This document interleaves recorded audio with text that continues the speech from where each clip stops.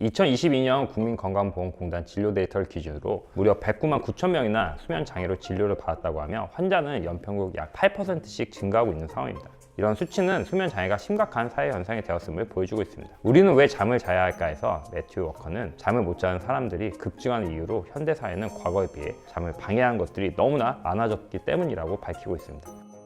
첫 번째, 인공 조명. 연구에 따르면 태블릿 PC로 책을 읽었을 때, 종이책을 읽었을 때에 비해서 멜라토닌 분비량이 약 50% 이상 억제돼서 늦은 새벽이 되어서야 뇌에 잠드는 신호가 발생했다고 하는데요. 또 태블릿 PC를 더 이상 사용하지 않았음에도 멜라토닌 분비 지연이 지속되어서 며칠 동안이나 숙면을 취할 수 없는 후유증도 남은 경우가 있었다고 합니다. 책에서는 밤에 무등처럼 밝기를 최대한 낮춘 조명을 사용하고 노란 컬러의 실내용 안경을 써서 청색광 노출을 줄이는 걸 권장합니다. 또 잠을 잘 때는 완전한 어둠을 유지하기 위해 암막 커튼을 사용하는 것이 좋습니다. 두 번째, 적절하지 않은 온도 환경.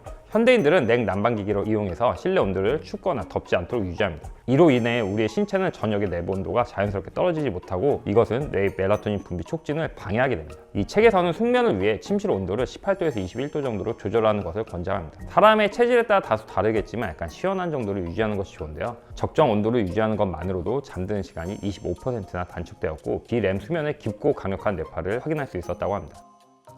세 번째, 알코올. 알코올은 중추 신경을 억제하는 진정작용이 있어 잠드는 시간을 줄여주기도 하지만 몸속에서 분해되면서 반대로 더 강력한 각성 효과를 유발합니다. 즉, 술을 마시면 금방 잠들 수는 있어도 수면 중에 자주 깨게 만드는 거죠. 알코올이 대사될 때 분비되는 알데하이드가 렘 수면을 강력하게 억제하기 때문인데요. 조각난 잠은 우리의 신체를 회복시켜주지 못하고 자는 동안 잠에서 깼다는 사실조차 인지하지 못하게 만들어서 더 큰 문제가 된다고 합니다. 따라서 자기 전 알코올은 절대적으로 피하는 것이 좋습니다.